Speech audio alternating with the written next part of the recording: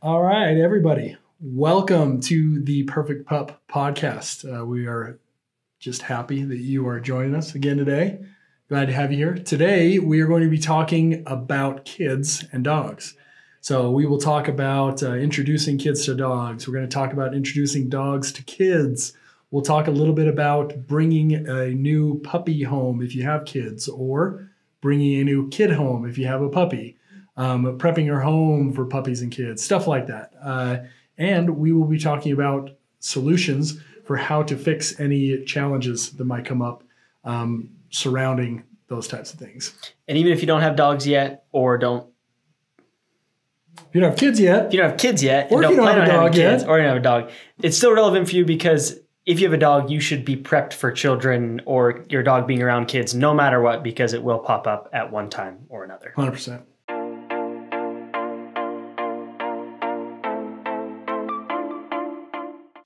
All right, and in today's pup dates, this is a really awesome article I stumbled upon. I was pretty excited to see about it. I don't know about you. I want to live to be like 100 years old at least, so that I can have a ton of dogs, right? That's the main reason, and be with my family and stuff. And what's crazy is that's getting more and more realistic. Like having a bunch of dogs? Well, having a bunch of dogs is more realistic, but also having a bunch of years on your life. Yeah. With all the medical technology and advancements and stuff like that. Anyway, not to sidetrack you too much. That's true, but it ties into this. So there was a study that came out recently that basically said owning a dog is tied to lowering your risk of dying at an early age by 24%. So essentially you are 25% more likely to live longer if you have a dog. So fight through the puppy blues if you're in those right now, because in all reality, it's going to help you live longer. Love it. Although right now it might feel like it's going to make you go crazy, but in the long run, it's going to help you live longer. So we'll share the link to that article in the show notes, episode notes, whatever you want to call them. That's awesome. It's got to be, I mean, you would imagine, I haven't read the article yet, but you would imagine it's got to do with like just general wellness, your happiness, the state, because there's a lot of studies out there too that talk about how just quality of life is improved. Yeah. If you have a better quality of life, reduces stress, probably would help increase longevity, I would imagine. Right? Well, it talks about that a little bit. It talks as well about how, there are studies that just show like even petting a dog can lower your blood pressure and those types of things. That's cool. And so, having a dog around you all the time is just going to help with those types of things. Plus, things like you're more likely to exercise because you got to walk your dog, those types of things. It talks about it in the article too, about how people who had heart problems specifically showed an even greater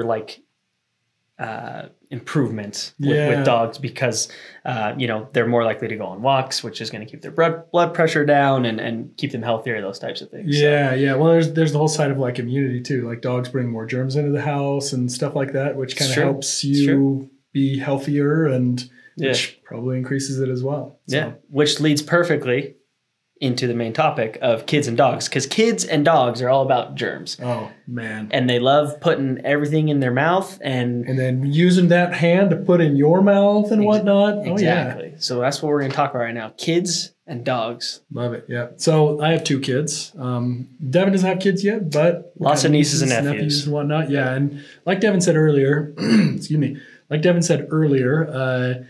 whether you have kids or not, this is applicable, because if you're out walking your dog or you're at the park or you have family or friends over, you're going to want to make sure that your dog is able to properly interact with those children so that it is a great experience for both of them. Yeah. Your dog is safe. The kids are safe. Your dog knows how to act and is confident around the kids.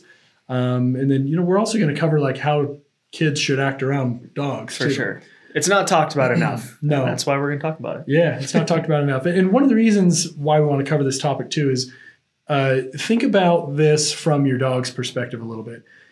Kids are erratic. There is no way all over the place to predict what they're going to do next. Yeah. Living example, we were talking just earlier, like Devin and I were talking last night. We had a rough night with one of our kids last night, and you just never know. And if you have kids out there, or if you've ever been around kids, which is probably all of you, you know that they're just tiny little maniacs. Yeah. But from a dog's perspective, dogs do so well with consistency and with schedules and with understanding a little bit of what's coming next. Most dogs, they don't like surprises. They don't like being thrown off. Yep. And kids are just full of that. You don't know when they're going to scream. You don't know when they're going to huck something. You don't know when they're going to shove a booger in your face. Or just like or hit. Punch or hit. Or pull or whatever. Yeah. So from your dog's perspective, they're thinking, all right, who is this crazy person? This little tiny little crazy person that is screaming, and I never know if they're like, are they mad at me? Are they happy to be here? Are they going to pull my tail? So from the dog's perspective, that's kind of like a challenging thing to approach. Yeah, right? It really is. So there are things you can do to help your dog be prepped for that, and also to help your kids or other kids interact a little bit more effectively with dogs, a little more safely. And rolling on what you were saying about like from the dog's perspective, and then from the kid's perspective and your perspective as well, like some of the problems that a lot of times come up with dogs and kids is you get kids getting nipped at or being bitten, or you get, one of the really big ones, especially with a puppy, is the puppy jumping up, right? And if a puppy jumps up on you, as an adult, you can handle it. It's not going to knock you over, but kids are small and they're also learning how to walk, and they're a little bit just, unstable on their feet. And so, that can cause more problems. So those are some of the main things that we want to kind of like help you understand how to approach it from both sides, like with your dog and with your kids, to make them understand how to live with each other, how to coexist, essentially. Yeah, their head to body ratio is different than ours. They tip more easily. That's true. They're like bonking their head on stuff. They're like those little things as a kid used to punch. Oh, and yeah, it just falls over. Yeah, it's it's kind of that, but inverted.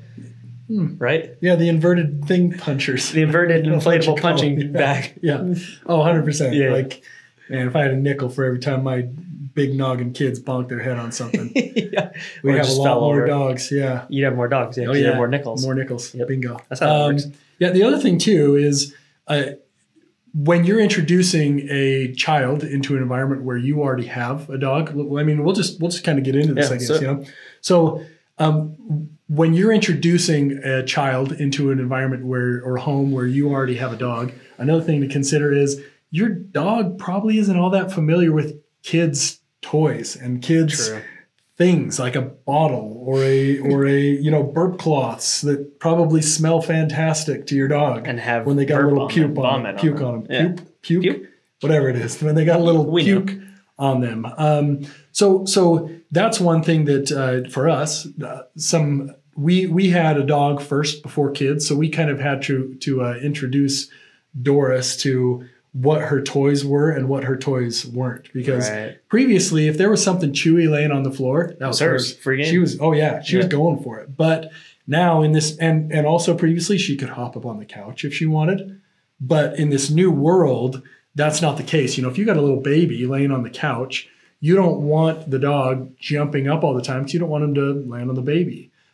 Your kids, as kids do, they'll throw toys on the floor, and you don't want the dog chewing up all those toys all the time either. So there's definitely an adjustment there that you want to think about also. But so let's go into some of like the specific ways how to prep your house for the new baby or dog if you already have a baby.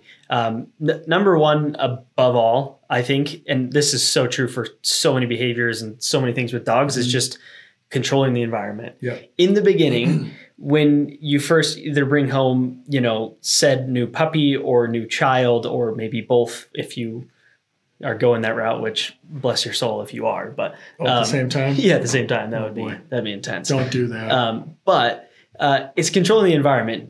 Realistically in the beginning, I would say, any kid under like 8 years old shouldn't have free reign around a new puppy. And then any dog that's under probably a year old, and definitely at least in the beginning stages, shouldn't have free reign to where the baby is. So a lot of it is just controlling that environment and making sure that whenever the dog is near the child, you are there to be present. You are there to like be monitoring what's happening and being able to step in an instant, because you can read the dog's body language.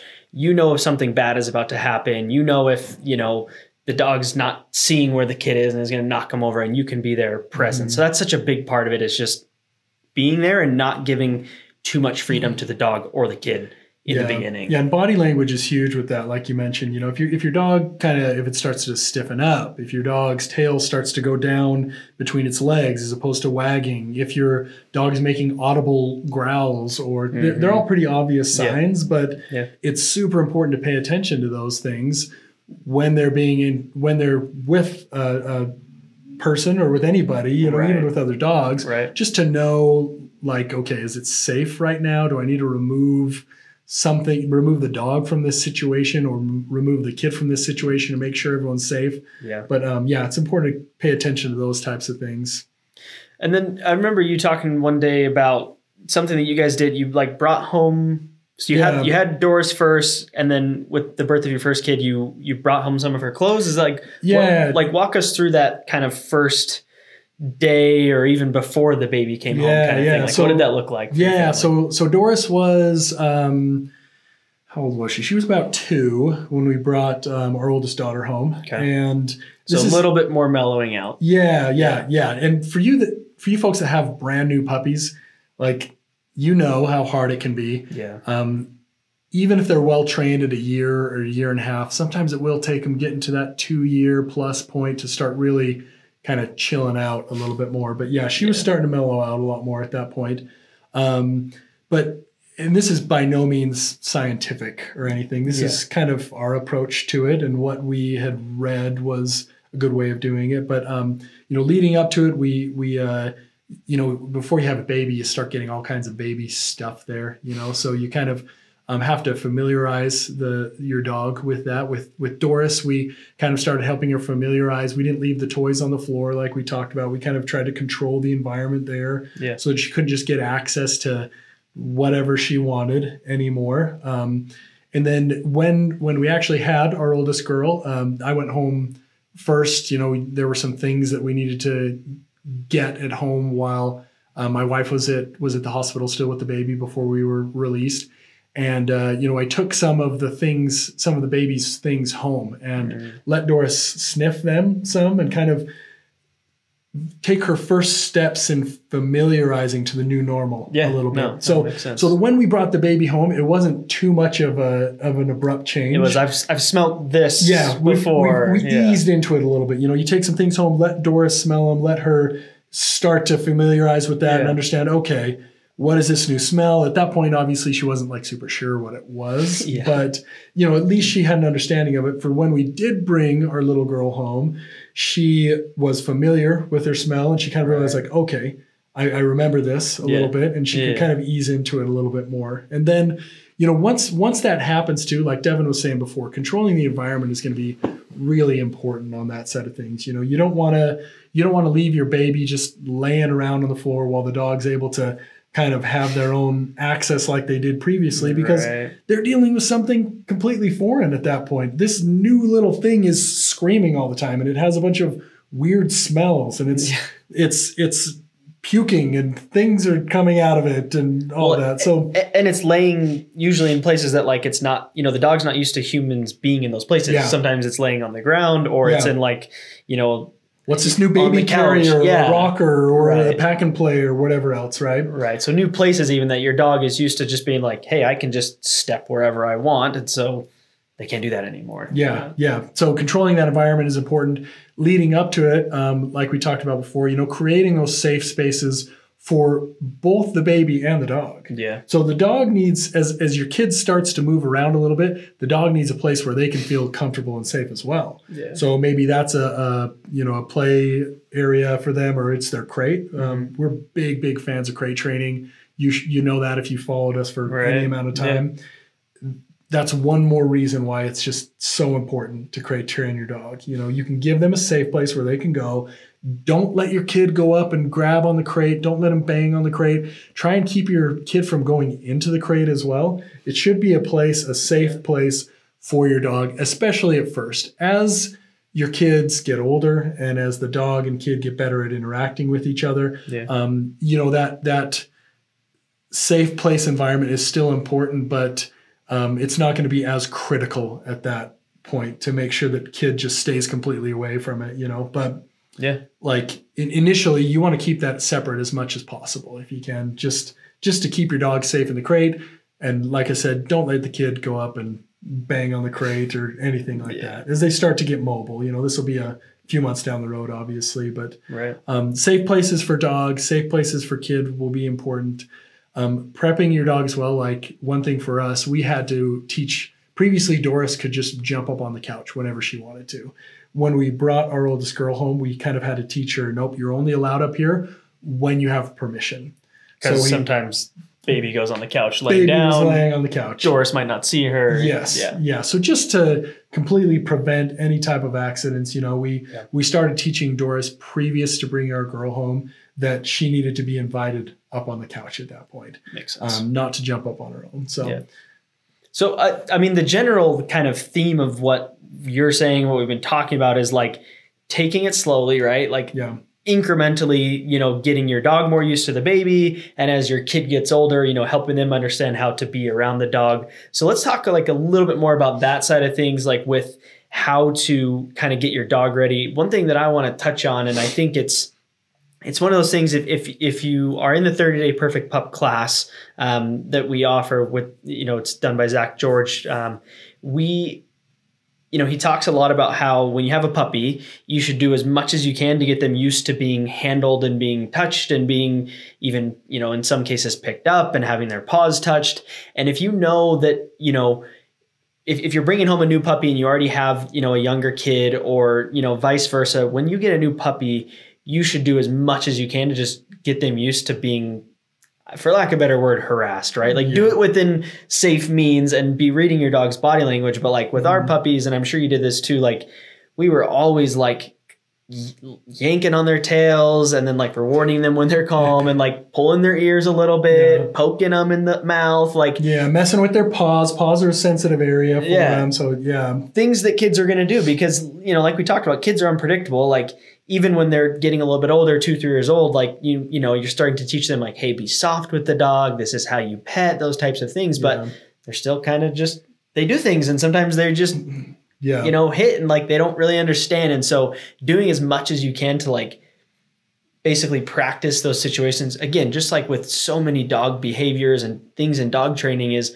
practicing the situation before it happens so your dog knows how to react. And that's, just sometimes just kind of bothering them a lot, especially when they're puppies. If you can do this, like if you just got a puppy and you can start doing this now, again, whether you have kids or not, or plan on having kids in the future or not, like they'll be around children. So getting them used to just being harassed basically is going to be so helpful. And even outside of kids, you want them to desensitize them to that because they're going to go to the groomer. You're going to need to clip their nails. You're going to have to give them baths. There are so many, or if they ever have to go to the vet for an accident or something like that, they will behave better if they have been desensitized to those types of things. So whether you have kids or not, those things are important early in your puppy's life.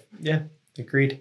One other thing, I know we had a couple more points on here, but one other thing that, like we said, we don't think it's talked about often enough. And I think it's starting to improve in the world and specifically the dog world, but teaching our kids how to act around dogs, especially this is something that could be learned for adults as well, right? 100%, But learning 100%, adults should apply these same principles. For sure. But it's even more so important for kids, right?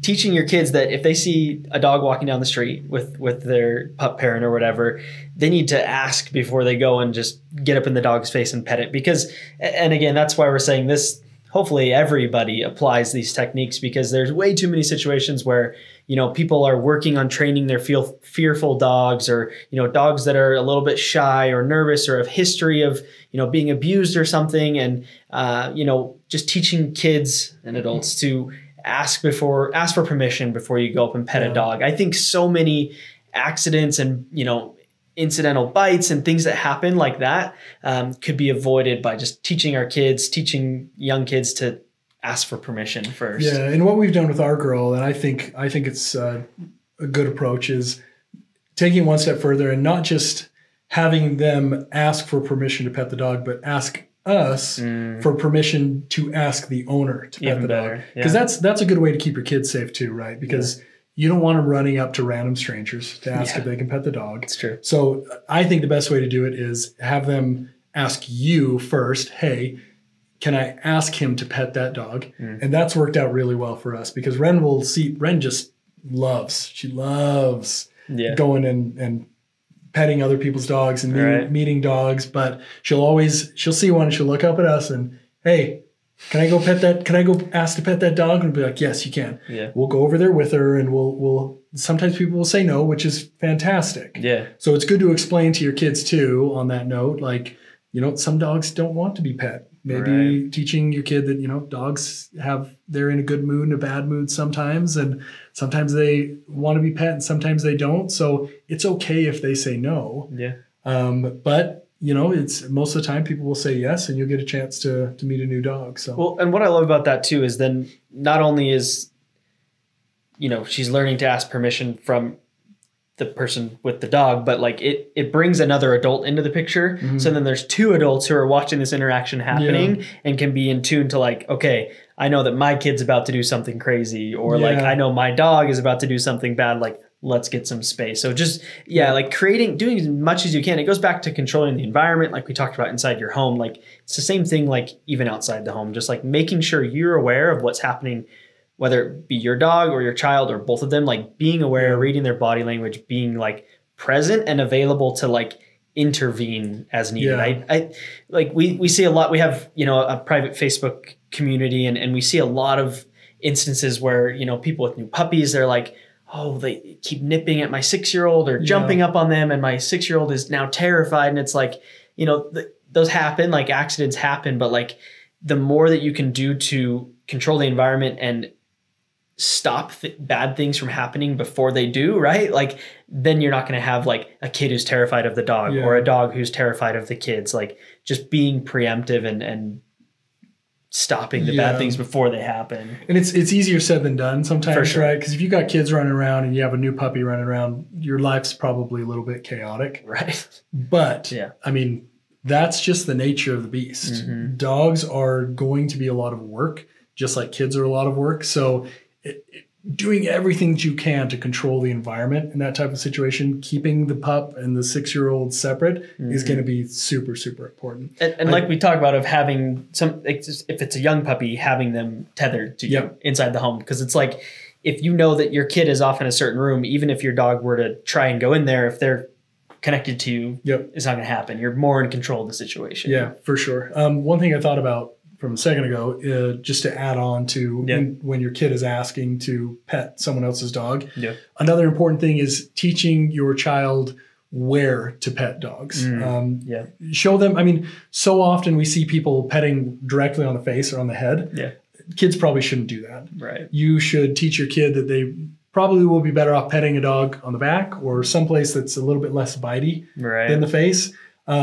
Just because kids are erratic and you don't know how dogs are going to react. And it's just one of those better safe than sorry types of things, teach them to pet in an area that's less sensitive typically would be an important step for that as well, I think. Yeah. Again, just being preemptive and avoid the situations that could become problematic as much as possible.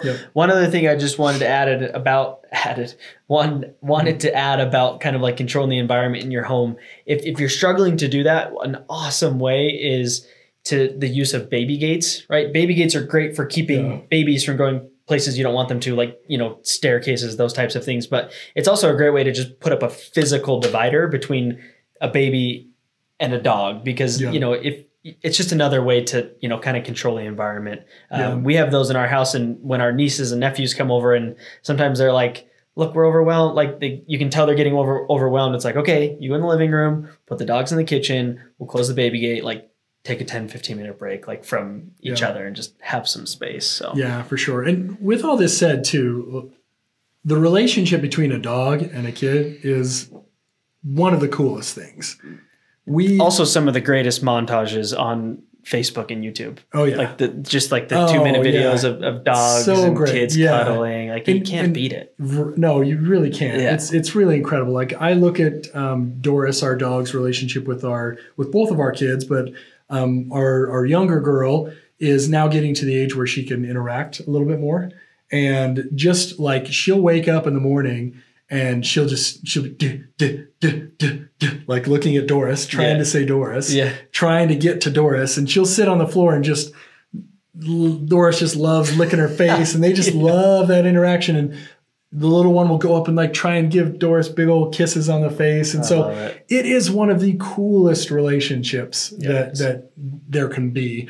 But that relationship is created by the proper introductions. And then also, just like any relationship, both parties kind of understanding how they should interact with each other. So we can help. We don't want this in any way to come across negatively as far as like, hey, we got to put all these barriers between kids and dogs. Right. It's more like, let's set up the right environment to where the relationship can be the very most that it possibly can be. Because, I mean, and that's the thing is we talk about it a lot, how our main goal, right, is to just help pup parents create a better relationship with their dog. And like that goes for the kids of the pup parents, right? Like the entire family having a good relationship with the dog. Real quick story. When my wife first got her dog Buddy, she was like 11, 12 years old. So she was kind of put more in charge of like taking care of Buddy. And she tells me all the time how much when she first got Buddy, there was 1 or 2 instances where she would just go crying to her parents and say, give Buddy back. Like he's too much, because he was like a puppy, right? He was high energy. He was always running. Puppies are the worst. He would nip at her. They're great, but they're the worst. Like, imagine, it's just funny. Like she would literally stand on the table, like yelling for her parents, like, get Buddy out of here. He won't leave me alone. And like tears streaming down her face. Awesome. Like, but now like they have the greatest connection ever. Like my wife has had Buddy for so long. And that's what's awesome too about, kids and dogs. I love like your oldest and even your second girl, like they're going to have an awesome relationship with Doris, and like they'll be like great friends. And that's just such a powerful bond. And that's what we want your kids and your dog to be able to experience. And just to keep your kids safe, keep your dog safe when they're interacting with each other. Yep. Any other thoughts you want to add on kids and dogs? I know we kind of covered a lot and talked about a lot of different general things and ideas, but I think that pretty much covers it. Awesome. Like I think maybe one additional thing would just be sometimes just because a kid interacting with a dog is cute doesn't mean that it's right. Necessarily. A lot of times, if there's a pup laying on the floor or something, the kid's natural interaction is to go and climb on top of them.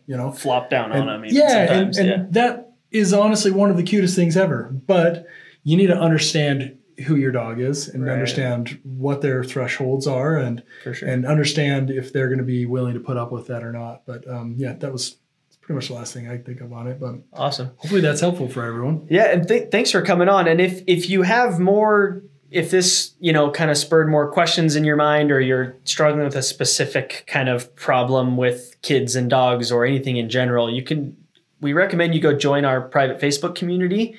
And sign up for our 30-day Perfect Pup class. Yeah, do that first. Yeah, sign for up sure. for the 30-day Perfect.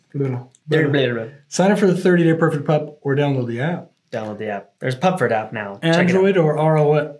ROS? Is that a new operating system? It's a new operating system. Oh, cool. Android or iOS. You can get it on both platforms. Just search Pupford in there. And the app, it's a better way to go through the 30-day Perfect Pup. Yeah. And it'll help you with a lot of the foundational stuff that's going to be important for, keeping your dogs and kids safe, like teaching how to not bite, not chew, your kids' toys, teaching them how to not jump, teaching them to be, calm on a leash so that your kids can take them on walks, all that great stuff. And again, you can join that private community, ask specific questions, get some help from other, pup parents and from the Pupford team, that type of thing. So again, thanks so much for coming and listening to this episode. If you haven't already, please subscribe to the podcast wherever you are listening, or if you're watching, subscribe on YouTube, leave us a review, leave us a comment.